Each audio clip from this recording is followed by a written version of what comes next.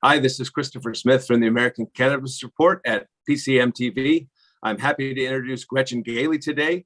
She's the founder of Panoptic Strategies. Gretchen, welcome. Thanks for having me, Chris. Tell me a little bit about Panoptic Strategies and the kinds of things you're working on now. Sure. So I founded Panoptic Strategies, of course, the first week of the pandemic. That was great. Oh boy. And my mother was like, you need to get out of cannabis desperately. But I was like, no, I'm gonna stick this out.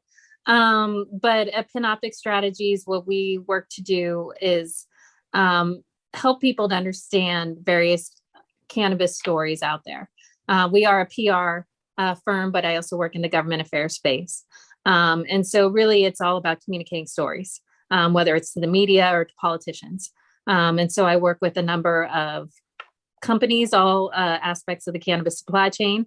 And I also work with associations, folks who are trying to get in to better understand cannabis users.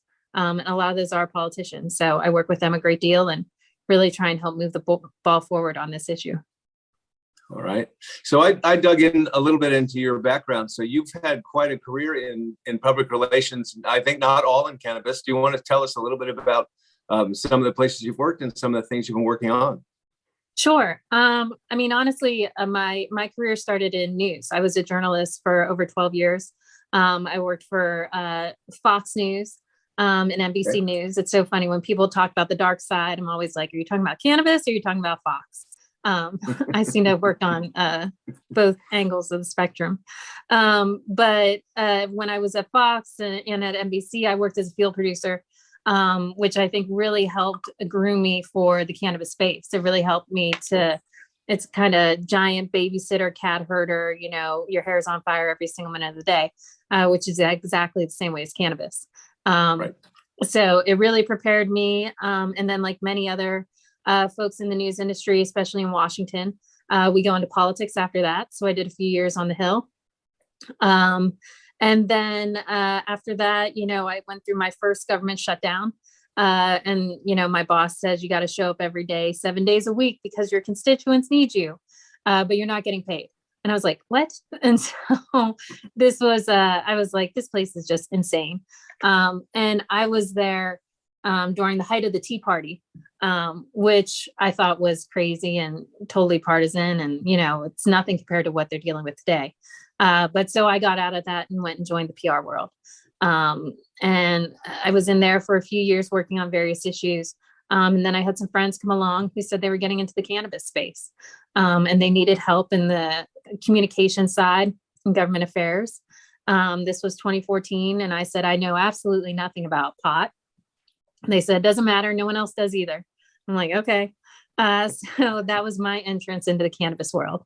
And for me, I really did not have any great position on it. Coming from Fox and, you know, from a conservative background, you know, I worked for Bill Shuster. He was chairman of infrastructure, a very conservative member from Pennsylvania. Cannabis was not an issue that we talked about or endorsed. So I was definitely not that up on it. And I looked at the company that I joined, New Frontier Data, because they were totally agnostic. So I looked at it in a way that it worked well with my news background. I wasn't for or against cannabis. We were just telling the data and trying to help people understand the industry.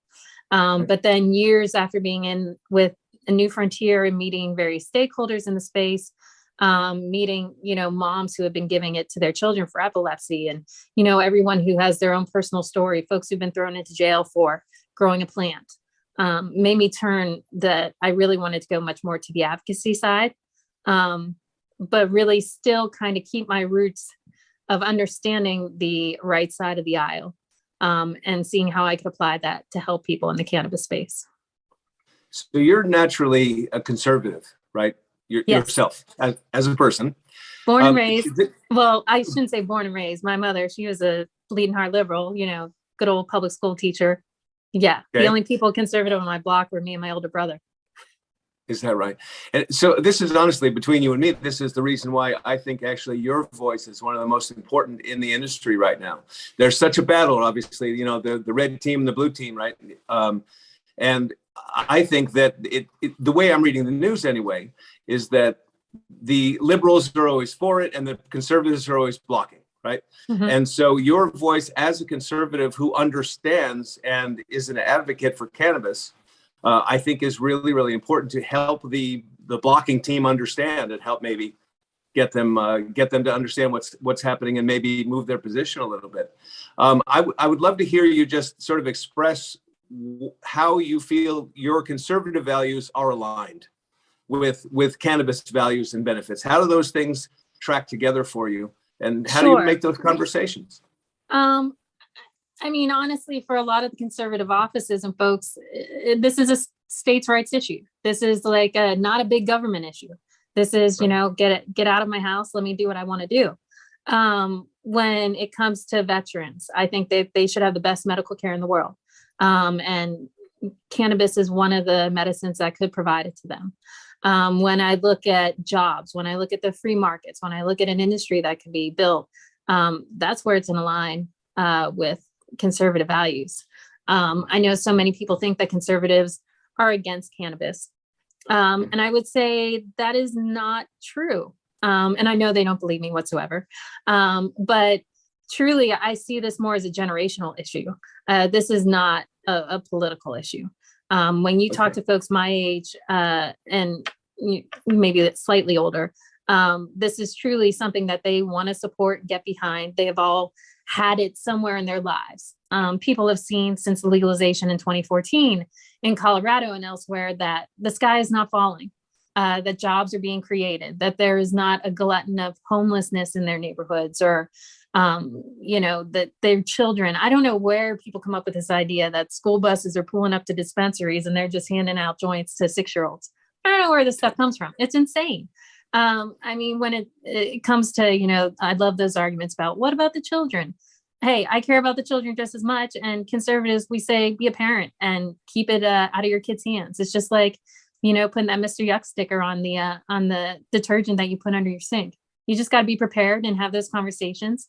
I think when it comes to being a conservative in this space, it's just about really having the right to do what you want to do, and having the government get out of the way. I think you're so right with the children issue, especially. I've had this conversation many times, even with, I remember having a conversation with a mother who had a son who had an opiate problem, and she was really dug her heels in about not allowing a dispensary in her town. So I said, of course, it's already there in your town, so you have an option. You can have the drug dealer on the street sell to kids because he's never going to take ID. He doesn't care. Or you can legalize and regulate. The person who owns the dispensary has probably $1 million into the dispensary, is not going to sell the kids for any reason ever, right? So the safest way to go forward, actually, and the safest way to protect the kids, is to put a legal dispensary in town and get the street dealer off the street, right? Absolutely. I mean, I don't understand why people don't see that, a responsible regulated market is what's going to take care of the illicit market. Just leaving it out there completely federally legal, you're inviting problems into your neighborhood. You're inviting crime. The opioid addiction. We've seen in states where medical use has been allowed that it is a 25% drop in opioid abuse when people have alternatives to look at. And so, frankly, from a conservative point of view, this is just a practical matter, and people need to be looking at it as such. And the opportunity also, I think, for sort of American innovation in cannabis. I mean, there's so much to know. There's so much to learn. There's so much to unpack from the cannabis plant with 140 cannabinoids or whatever the number really is. And all the potential there. There's such a potential for American to have a moonshot project, really, kind of. It can really unpack so many great new innovations for the world. And we don't even talk ever so much about hemp. I mean, what that could do industrially for this country, and for many other third world countries around the world who need some type of crop. We should really be looking at hemp oil and what it can do for the energy sector. There's just so many different applications that this plant can provide that we need to be looking at. And as a younger, newer generation, I think they're willing to take that on. It's just a matter of really convincing the octogenarians who are still hanging on in the Senate and elsewhere that this is the future. And I do believe that people are starting to finally wake up and see that. I think I have a feeling you and I probably grew up in a similar way, except my mother was very conservative. So conservative that in fact she says, "Are you still working in that industry?" She can't even say the word out loud. It's that sort of thing. And I keep saying, "Well, Mom, pretty soon you're going to be calling me because you're going to want some. Things start to feel uncomfortable or hurt and whatever, and you're going to actually need some. So you have my number, Mom." Well, my mom calls it Mary Jane. And I said, Okay. well, I don't know if they still call it that, Mom. But yes, I have gotten the calls from my mom's friends. And I say, I don't sell this stuff, but I can tell you how to get a license or to get, your cannabis card for, Pennsylvania. And I try and point them in the direction of who are reputable players in the space who I would trust not to rip them off. But it's so funny. Yeah. They're always looking for advice. And I'm like, I'm not a doctor. You should talk to your doctor. And if you can't find one, I got plenty of doctors who will speak to you about this. Absolutely. It's really, it is. I love what you just said, that it's generational. I think that's right. It's not red team versus blue team. It really is older people who have been indoctrinated with, the sort of the reefer madness stories that they've been told all this time, and they've absorbed them and they believe them now completely, and they repeat them as if they're true. And as soon as we can get them to understand, I think we can hopefully have some breakthroughs. I don't know though. What about the Senate? I don't know. They're really got their heels dug in. What's going to happen there? Well, I honestly, I don't see much hope on the Senate, at least for an all or nothing plan like Senator Schumer is currently proposing. Right. I think these folks are going to have to really be taken piecemeal through this, and through different pieces that they will find more palatable, like safe banking. This is the way that folks have to see that the sky is not falling. Because trust me, they're not going out to Colorado to visit. They're not going out and seeing. I've talked to so many folks on the Hill who are working on this policy, who's never been in a dispensary, who's never seen a grow, because they can only travel so far. And frankly, the East Coast is not the greatest place to be looking at these things. Right. You try and set up a field trip for folks to check it out. They won't go further than an hour away from Capitol Hill. So that makes things a bit tougher. But on the Senate side, I think we're really going to have to go piece by piece by piece. And if the Republicans do take control, I think you need to be prepared for this is going to be a long haul before we see any movement on actual legalization. People think I'm crazy, but I say that I don't think there will ever really be a true floor vote on, yes, cannabis should be legalized. I think that there will be many end runs around it. I think, who knows, this could be determined by the Supreme Court, just like gay marriage was. I think they will find any way to punt on this issue because, like we say, it's generational. And the older generation is the one that actually comes out to vote, not the younger ones. And so that's who they're looking to keep happy come election day. I'm sure they will talk about it during the election to try and bolster support. But truly, that's not what matters to voters in the voting booth on that day. Just cannabis is not the issue that people think it is. They may come out to vote for it if it's a ballot initiative, but it's not what's driving their determination of particular members, particular reps. State by state by state, one at a time. I had a conversation last week with your friend actually, Michael, the head of the lobbyist for the NCIA.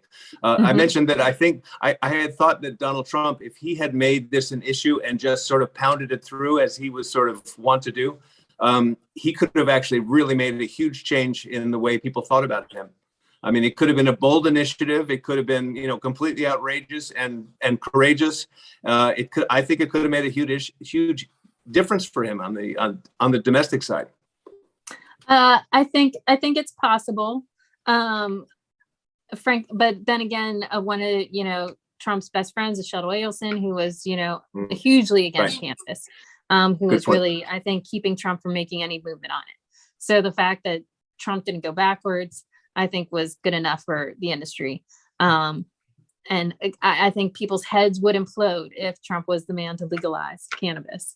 Well, I thought that was the thing. I thought that was the reason he should have done it. Really, honestly, I thought just to really completely blow people's minds. And with not too much danger to it. It wasn't like he was going to invade China or something.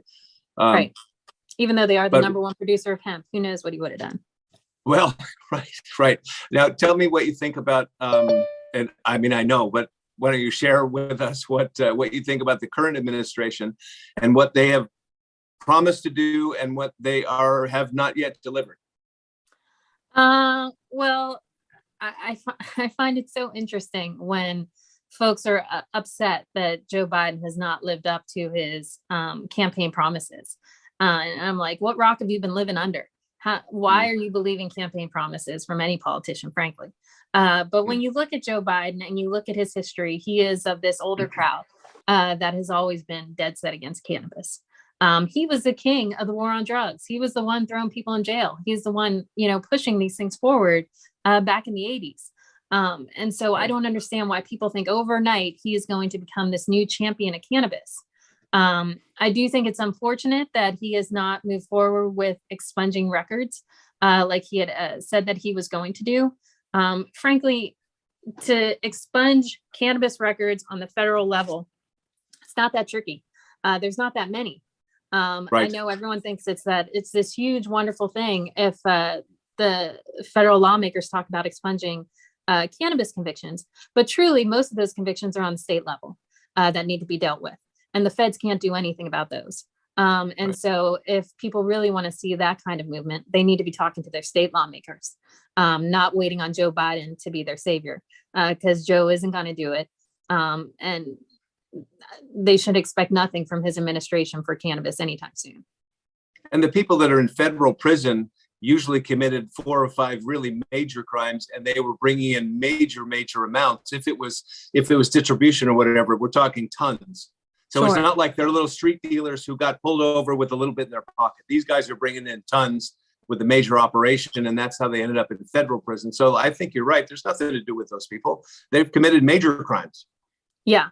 And I have a friend, she's a federal judge, and I was she always has given me the side eye when I talk about my work, and she's just like, oh yeah.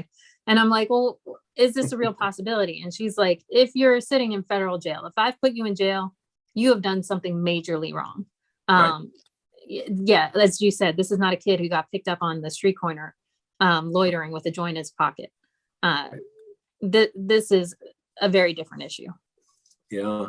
So we talked a lot about the politics. I'll let you off the hook there, but I'd really like to hear a lot more about what you're doing now. You've just taken over a new job with the Cannabis World Congress and Business Expo, I believe, right? Yes. So tell me about that.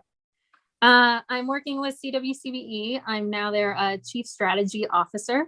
And so we're really trying to help people understand that the East Coast is really going to be the place for cannabis. And this is an event that people should be attending and looking to decision makers as a place to be. There's nothing wrong with MJBiz. MJBiz is great, and I'm not going to give them grief whatsoever. But what they say that brands are made in California, or they're created in California, but they're made in New York.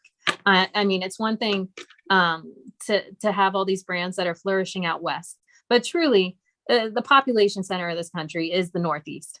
And if interstate commerce is to happen, these big boys are going to want to come to the East Coast, and everyone needs to be here to really be a part of that market. So to get their foot in the door and to really understand where things are going to go, we really want people to come out and see us in June and hopefully give New York a try. I mean, we're going to start Cannabis Week out strong, and, hopefully COVID will not surge. And we're hopeful that things will turn out well for this year's show. Now, in the past couple of years, they've had shows, CWCBE has had shows in New York, Boston, Washington, D.C. Do you know what the schedule is coming up this year? Well, this year we are still just sticking with New York. Truly, we're still kind of operating under COVID restrictions and still being reticent of what people may or may want. Last year, we had our New York show just a few weeks after MJBiz because we were trying to get something in since we hadn't had anything in 2 years because of the pandemic. And so for now, we are just focused on our New York show in June. And really think that this will be a wonderful opportunity, and think that we're going to have some great speakers and folks that people are really going to want to see. That's terrific. Is there, I've taken a lot of your time, Gretchen. Thank you so much for spending the time with me today. Is there anything else you'd like to cover? Anything I missed or forgot to ask you that you'd like to talk about? No, well, this one thing I always love to hammer home, and people probably think I'm insane about it, but when it comes to the politics, when it comes to advancing cannabis, phone calls matter. Letters matter. And it's insane. Letters actually do matter to members of Congress. And I'm sure people are like, what's a letter? It's, a piece of paper, you get a stamp, you throw it in the mail. They actually receive a piece of paper. But you can also do emails to your members because the member of Congress at the end of the day will say to a staff, what are the issues that people are reaching out to me on? And truly, we say that decisions are made by those who show up. And so the cannabis industry cannot sit back and hope that Congress is going to get it right. Congress who's never seen a grow, never seen a dispensary. You cannot rely on these folks. You need to be out there and fighting for your issues and what matters in the space, or you're just not going to have a seat at the table. That's really great advice. Thank you. Well, Gretchen, really, I thank you so much for your time. You've been really generous. It's great to see you. And good luck with everything. And I'm sure we'll speak to you soon on the State of Cannabis News Hour and other ways that we get in touch. Okay. Take care. Thank you so much. Of course. Thank you for having me.